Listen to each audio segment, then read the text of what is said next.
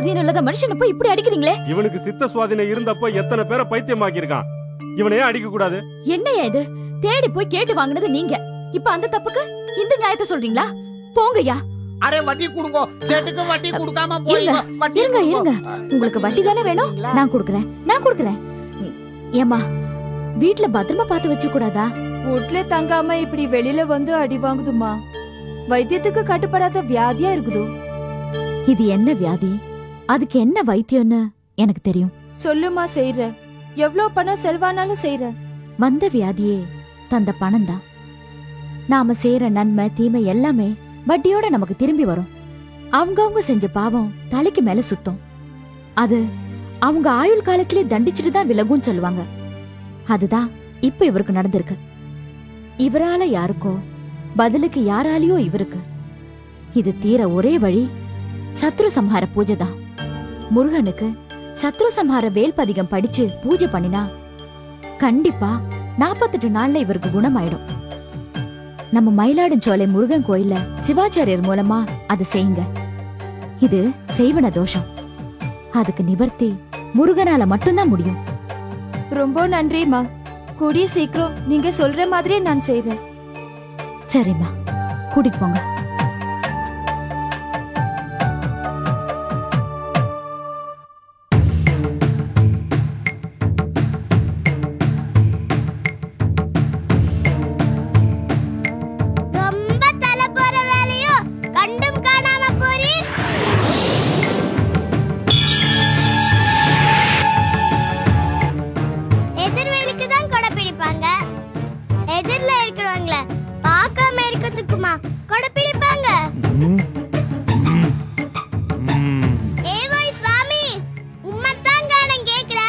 நீர் சொல்றது எனக்கு நன்னா காதலை கேட்கிறது. யார கெடுக்க என்ன பாவம் பண்ண இத்தனை வெறுவெறுன்னு போறீர்? தெரிஞ்சிண்டு தான வேலா கேட்கற. இருந்தாலும் உம்மா வாயால நீ சொல்லி நான் கேட்கணுமே. போத்திக்கு பிரம்மஹத்தி தோஷம் கொடுக்க போயிட்டு இருக்கேன். அது வரணும்னு போத்தியோட முன்வினை பலன்ல இருக்கா? அது எனக்கு தெரியாது. ஒரு பிராமண சாபம், ஒரு சிசுவோட துர்மரண பாவம் போத்திக்கு ஏற்படணும்னு கர்மா இருக்கு. அதாவது முருகனை கும்பிடுற பக்தனுக்கு பிரம்மஹத்தி தோஷத்தை கொடுக்க உமக்கு கெடுபுத்தி சொல்லி இருக்கு. வேலா, நான் என் கடமையை செய்யறேன். உன் மகிமையை புரிய வைக்க நீ உன் லீலையை செய். என்னை கடமை செய்ய விடாம தடுக்காத. இந்த தேன் தடவுன வார்த்தை வேண்டாம் சுவாமி. இது திட்டம் போட்டு செய்யற பாவம். போத்தி மானசீகமா மனசுக்குள்ள எனக்கு கோயில் கட்டுறான். அதுக்கு கும்பாபிஷேக நாள் பார்த்திருக்கான். அது கெடுக்க என்ன கும்பிடாம பண்ண தோஷம் கொடுக்க போறீரா? பிரம்மஹத்தி தோஷத்துக்கு அத்தனை உக்கிரமா? ஆனானப்பட்ட ஸ்ரீராமனுக்கே ராவணனை கொன்னதும் பிரம்மஹத்தி தோஷம் பிடிச்சிருக்கு. ராமேஸ்வரம் போய் லிங்க பிரதிஷ்டாபனம் செஞ்சு பூஜை செஞ்சிருக்கார். அது உனக்கு தெரியாததா வேலா? பக்தி நிரம்பினவனை கொன்னா சாயஹத்தி பிடிக்கும். அது தெரியுமா உமக்கு?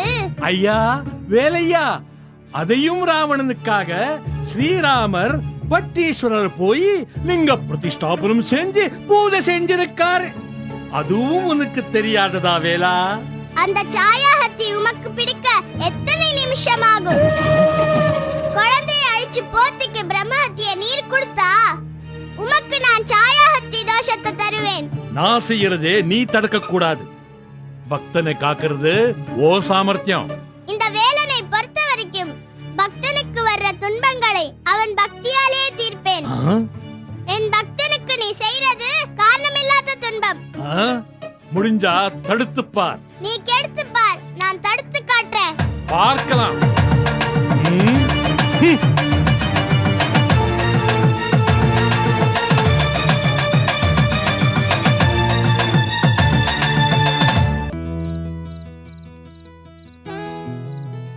சௌந்தர்யா, பேசாம உன் கழுத்தை நீட்டி தாலி கட்டிக்கிட்டு சந்தோஷமா என் கூட குடும்பம் நடத்தி 5-6 குழந்தைங்களை பெத்துக்கிறத விட்டுட்டு இப்படி பார்க்கு பீச்சுன்னு எவ்வளவு நாள் தான் நம்ம மீட் பண்ணிட்டு இருக்கிறது? இதெல்லாம் எப்ப மாறும்? எங்க சின்ன அண்ணனுக்கு கல்யாணம் ஆகட்டும், அதுக்கப்புறமா எல்லாத்துக்கும் பதில் சொல்றேன். அம்மா தாயே, உன் சின்ன அண்ணனுக்கு எப்பமா கல்யாணம் ஆகும்? நேரம் வரும்போது நடக்கும். அலையாதடா. ஏன் அவஸ்தை உனக்கு எங்க தெரிய போகுது? சும்மா சொல்லக்கூடாது.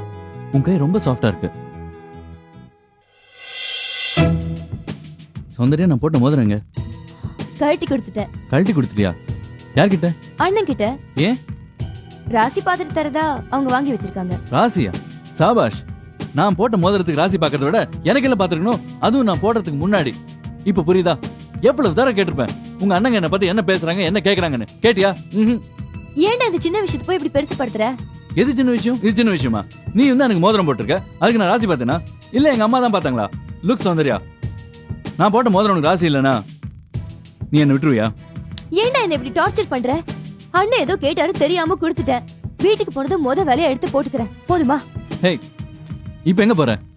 அந்த மோதிரத்தை போட்டுதான் உன் முகத்துல முடிப்பேன். நான் ரொம்ப சென்சிட்டிவ்னு தெரிஞ்சும் என்ன ஓவரா இரிட்டேட் பண்ணிட்டேல, போடா. சௌந்தர்யா, நான் அந்த சென்ஸ்ல சொல்லல. போ.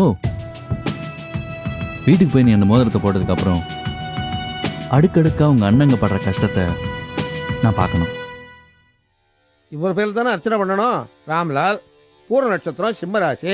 வாமா, வில்வலை எடுத்துன்னு வந்திருக்கியா? எடுத்துட்டு வந்திருக்கேன். அம்மா, சேட்டுக்கு குணமாகணும்னுட்டு சத்ரு சம்ஹார பூஜை பண்ண போறோம். அது எப்படின்னுட்டு எல்லாருக்கும் விளக்கமா எடுத்து சொல்ல. 3 இலையுள்ள வில்வத்தால முருகனுக்கு அர்ச்சனை பண்ணணும். சத்ரு சம்ஹார வேல்பதிகம் சொல்லணும். முருகன் தமிழ் கடவுள். தமிழ்னாலே வல்லினம், மெல்லினம், இடையினம் சேர்ந்ததுன்னு அர்த்தம். தமிழ், முருகா, ஓம், இந்த 3மே உயிர் எழுத்து, மெய் எழுத்து, உயிர் மெய் எழுத்துக்களோட கலவைதான். அம்மான்னு சொல்றப்ப வாயை திறந்து மூடி மறுபடி வாயை திறந்து உச்சரிக்கிறோம். சுவாசத்தை சித்தமடக்கிற யோக சொல் தமிழ். வாஸ்தவம் தாமா. எல்லா மொழிகளும் பகவானை நோக்கி போறச்ச தமிழ் மட்டும் முன்னாடி போகும். இதத்தான் அருணகிரிநாதர் முத்து தமிழ் மாலைன்னு பாடினார். எத்திக்கும் தித்திக்கும் பக்திக்கும் சித்திக்கும் முக்திக்கும் மூலமானது முருகா என்னும் திருமந்திரம். அதனாலதான் தமிழ்ல வேல் வகுப்ப முதல்ல ஆரம்பிக்கிறார். வேலுக்கு தனியாவும் முருகனுக்கு தனியாவும் ஒரே நேரத்துல பூஜை நடக்கணும். வேலுங்கிறது சக்தியோட அம்சம். சூரபத்மனை சம்ஹாரம் பண்றதுக்காக பராசக்தி தன்னுடைய சக்தியை வேலா முருகனுக்கு கொடுத்திருக்கா. சிவசக்தி ரூபமான முருகனை செய்வன தோஷங்களை நீக்க சொல்லி செய்யறதுதான் சத்ரு சம்ஹார வேல்பதிகத்தோட மகிமை. இந்த பூஜையை பண்றதுக்கு 3 பேர் வேணும். ஒருத்தர் 3 இலை இருக்கிற வில்வத்தை பகவானுக்கு போடணும். அதே நேரத்துல மீதி இருக்கிற 2 பேர் வேலுக்கும் வேலனுக்கும் பூஜை பண்ணணும். குடும்பா, இந்த பூஜையை 48 நாட்களுக்கு நடத்தணும். இந்தாமா உமா, பூஜையை ஆரம்பிக்கலாமா? வாங்கோ, வாமா, வா, வாங்கோ. ஓம் கணபதியே நமஹ. ஷண்முக கடவுள் போற்றி, சரவண துதித்தாய் போற்றி, கண்மணி முருகா போற்றி, கார்த்திகை பாலா போற்றி, தன்மலர் கடம்பமாலை தாங்கிய தோளா போற்றி, விண்மதி வதனவள்ளி வேலவா போற்றி போற்றி. சரஹணனை நம்பினோர் மேல் தக்கமிட நாடினோரை குத்தி எதிராடி வரும் சத்ரு சம்ஹார வேலே. ஓம் கபால கபால ருத்ரி புதல்வா வா வா. ஐய நிறைய வா வா. ஓம் நமஹ.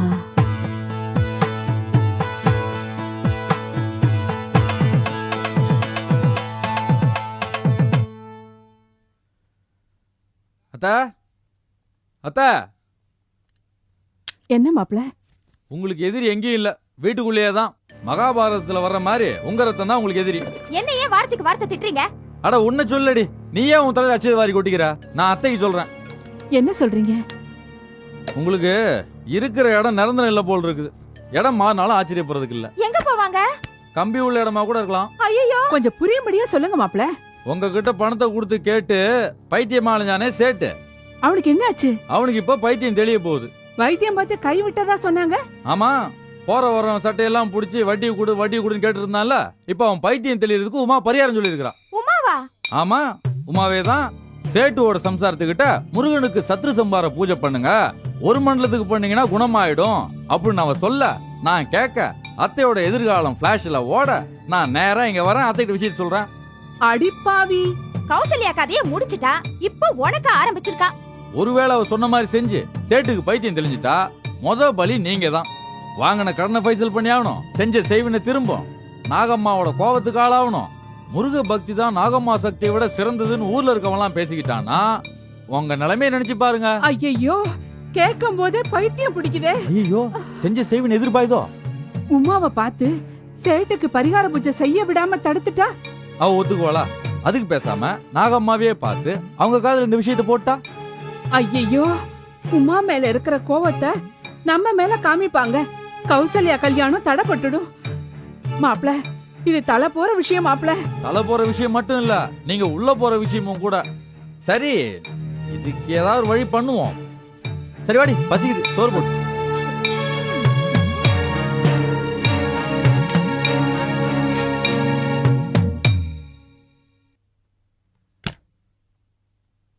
அண்ணே அந்த மோதிரம் எங்க? அது பத்திரமா இருக்குமா? எடுத்துக்கொடு. எதுக்கு? போட்டுக்கிறதுக்கு. நீ கொடுத்த மோதிரத்தை அவன் போட்டுக்கிட்டான், பதிலுக்கு அவன் ஒரு மோதிரம் கொடுத்தான். அது ராசி பாக்குற நீ வாங்கி வச்சுக்கிட்ட. இப்ப பாக்கும் போதெல்லாம் அவன் டார்ச்சர் பண்றான். அதுல தோஷம் இருக்கான்னு பாக்கணுமா? நீ கொடுத்தது அப்படியெல்லாம் சொல்லாம அவன் மாட்டிக்கிட்டால. ஐயோ மாட்டிக்கிட்டானா மாட்ட விட்டானான்னு உனக்கு எப்படி சொல்லி புரிய வைக்கிறதுன்னு தெரியலையே. என்னன்னா சொல்ற? நாகம்மா கிட்ட ஒரு வார்த்தை கேட்டுட்டு போட்டுக்கலாமே. இந்த கதைலாம் அவன் கிட்ட செல்லாது. என் ஈகோல அவன் கைய வைக்கிறான். நீ முதல்ல இந்த மோதிரத்தை கொடு. சௌந்தர்யா நான் சொல்றத கேளுமா. நீ மோதிரத்தை கொடுக்க போறியா இல்லையா?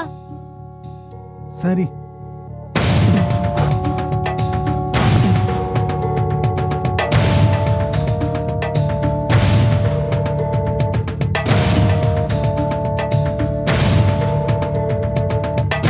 சரக்கு அறையில் தான் அமைச்சிருக்கேன். இன்னைக்கு நைட்டுக்குள்ள வந்து சேர்ந்துரும், கவலைப்படாதீங்க. ஓகே அண்ணே அண்ணே சௌந்தர்யா கிட்ட இருந்து ராசி பாக்குறேன் நீங்க வாங்கி வச்ச மோதிரத்தை மறுபடியும் வாங்கி போட்டுக்கிட்டானே. அவ்வளவுதானே, ரொம்ப சந்தோஷம். என்னென்ன சொல்றீங்க? ஏண்டா நீ அறிவோட தான் செய்யறியா, அறிவு இல்லாம செய்யறியா? உனக்கு எத்தனை தடவை சொல்லியிருக்கேன், அந்த மோதிரம் உன் கையில இருக்கிறது சௌந்தர்யாக்கு தெரிய வேணான்னு. ஐயோ நான் சொல்லலண்ணே, எல்லாம் அந்த சிவப்பையன் பண்ற வேலை. என்ன தங்கச்சியை ஊசி போட்டு அனுப்பியிருக்கான். இனிமேல் நம்ம வெயிட் பண்ண கூடாதுன்னு அந்த மோதிரத்தை வச்சு விளையாடுறானே. தங்கச்சிட்டு எல்லாத்தையும் சொல்லிட வேண்டியதானே. சொல்லிடலாம்ப்பா, ஒரே ஒரு பிரச்சனை. அந்த மோதிரத்தை சிவாவை அழிக்கிறதுக்கு தான் நாகம்மா கிட்ட இருந்து வாங்கிட்டு வந்தோம்னு சொல்லணும். அதை அவன் தெரிஞ்சுக்கிட்டு தான் அந்த மோதிரத்தை திருப்பி அமிச்சிட்டானோ சொல்லணும். இதெல்லாம் சொன்னா சௌந்தர்யா என்ன பண்ணுவான்னு யோசிச்சியா? நான் அதை பத்தி யோசிக்கலண்ணே. நீ எந்த காலத்துல எதரா யோசிச்ச? சார் வாங்க manager Manohar sir. Bad news தானே? ஆமா சார். எரிஞ்சுதா கவுந்துதா? எரிஞ்சது சார். எது? நம்ம ஆபீஸா, கோடவுனா, சரக்கு போன கப்பலா, சரக்கு போன லாரியா? கடைசியா சொன்னீங்களே அது சார். டோட்டல் லாஸா ஏதாவது தேருமா? முதல்ல சொன்னீங்களே அது சார். லாஸ் எவ்வளவு இருக்கும்? 25 லட்சம் ரூபாய் சார். ஓ, நீங்க இதையும் சொல்லுவீங்க, இதுக்கு மேலேயும் சொல்லுவீங்க. போங்க. சந்தோஷம் தானே? அண்ணே அவனை உறவாடியும் கெடுக்க முடியலையே. அததான் அவன் பண்ணிட்டு இருக்கானடா. இனிமே தங்கச்சி சென்டிமெண்ட் எல்லாம் பார்க்க கூடாது. அவனை ஒரேடியா ஒழிக்கணும். இல்லாட்டா நம்ம துண்டை போட்டுக்க வேண்டியதுதான். தலையிலையா தரையிலையானே? ஒண்ணு செய், நீ தலையில துண்டை போட்டுக்கோ, நான் தரையில துண்டை போட்டுட்டு வீட்டு வாசல்ல உட்காந்துக்கிறேன். வர்ற போறவங்க எல்லாம் காசை போட்டு போவாங்க. இந்த ரீதியில போயிட்டு இருந்தா நம்ம பிச்சை எடுத்து தான் சாப்பிடணும். You are satisfied?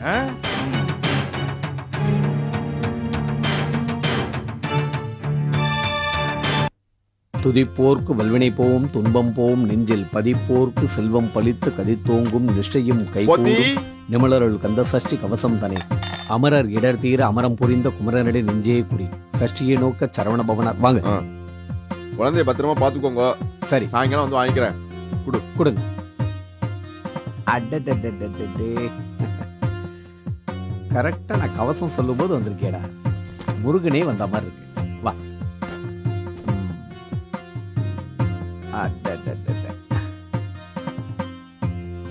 நீ வந்தாதாண்டா வீடே வீடு மாதிரி இருக்கு. அது எப்படி கரெக்டா நான் பால் காய்ச்சற நேரத்துக்கு வந்துட்டேன். இரு, உனக்கு பால் கொண்டு வரேன். சமத்தா இருக்கணும், அழக்கூடாது.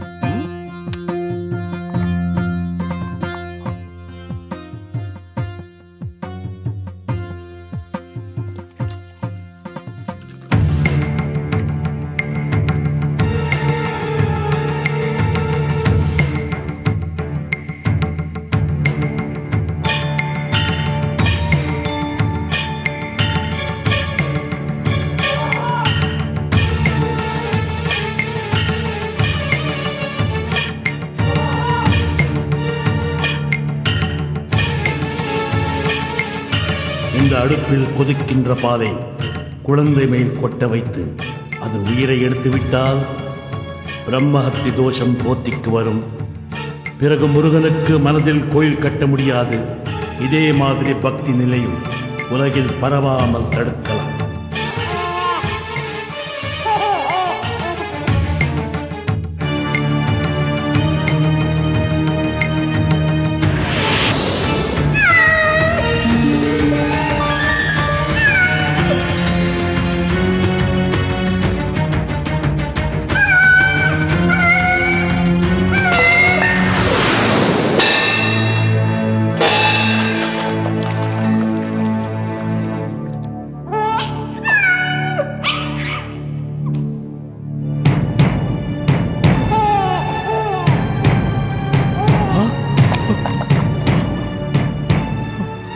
பால் சிந்தி கிடக்கு, குழந்தை இடம் மாதிரி கிடக்கு.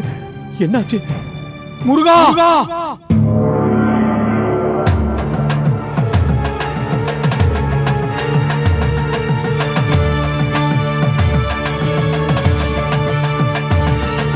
வேலா, நீ செய்வது விளையாட்டல்ல, வினை.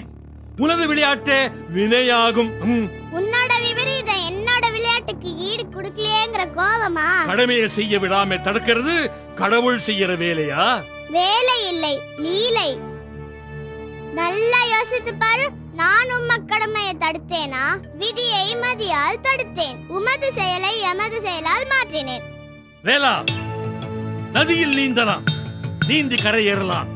கடலில் நீந்த வேண்டாம், கரை சேர முடியாது. கரை காணா கடல் தான் கர்ம வினை என்ற விதி. முத்து குளிக்க போனவனுக்கு முத்து கிடைக்காம போனா முயற்சியில தான் குறை இருக்கே தவிர கடல்லயே முத்து இல்லன்னு அர்த்தம் இல்ல. அப்படி நினைச்சா அது அவனோட முட்டாள்தனம். முத்தையன் ஞானக்கடல், முத்தை தரு பக்தி திருநகை பாடிய பக்தனுக்கு கர்மவினை தீர்க்கும் கந்தவேலன். பக்தி கடல் பார்க்கடலுக்கு சமம். என் பக்தர்கள் குறை தீர்ப்பதே என்னோட அவதார நோக்கம். அப்படியா? பக்தனுக்கு வந்த வினை உமக்கே வந்தால் நான் பக்தனை காப்பேன். பக்தனின் பக்தி என்னை காக்கும். இச்சா சக்தி, கிரியா சக்தி, ஞான சக்திகள் ஒன்று சேரும் வேளை வந்தால் கந்தனுக்கும் வினை வந்தாகலும். வேலா, முடிந்தால் தடுத்துக்கொள், இல்லை என்றால் அனுபவித்தே தீருவாய். எனது அடுத்த குறி உன்மீதுதான், உன்மீதுதான்.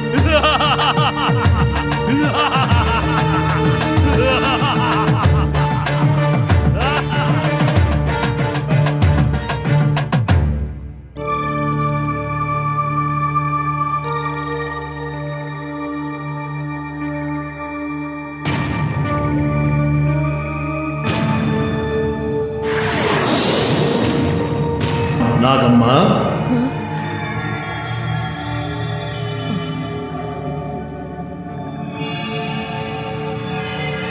நாகம்மா, நான் இப்போ உன்கிட்ட ஒப்படைக்கிற கடமை நீ கொஞ்சம் கூட தவற விடாம துல்லியமா செஞ்சு முடிக்கணும். உத்தரவுக்கு காத்துக்கிட்டு இருக்க. என்ன செய்யணும்? ஐப்பசி மாதம் வளர்பிறையில் வரும் கந்த சஷ்டியை மயிலாடும் சோலையில் மிகப்பெரிய அளவில் கொண்டாடப் போகிறார்கள்.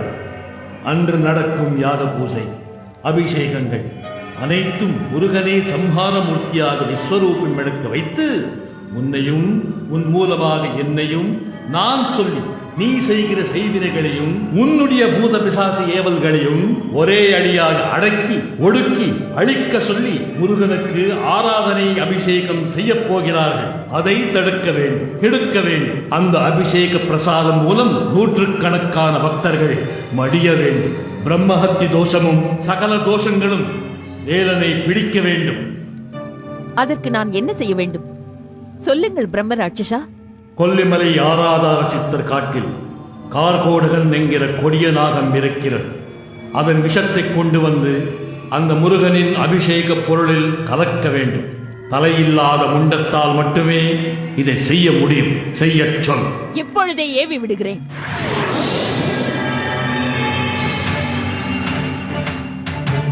ஏய், தலையில்லா முண்டமே, தரிகட்டு ஓடிவா.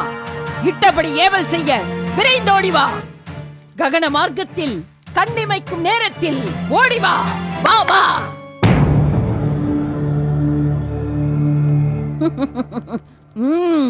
இப்ப நேரா கொல்லிமலைக்கு போ.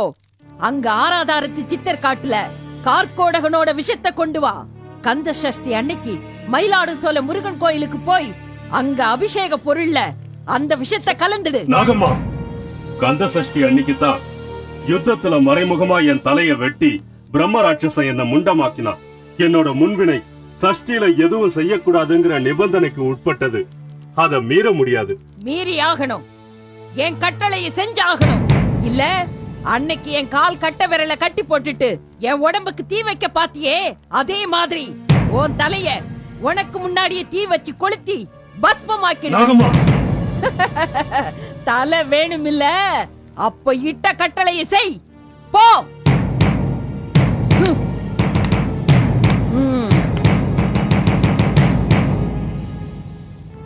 பிரம்ம ராட்சசா, உன் ஆணைப்படி எல்லாத்தையும் செஞ்சு முடிப்பா இந்த நாகம்மா.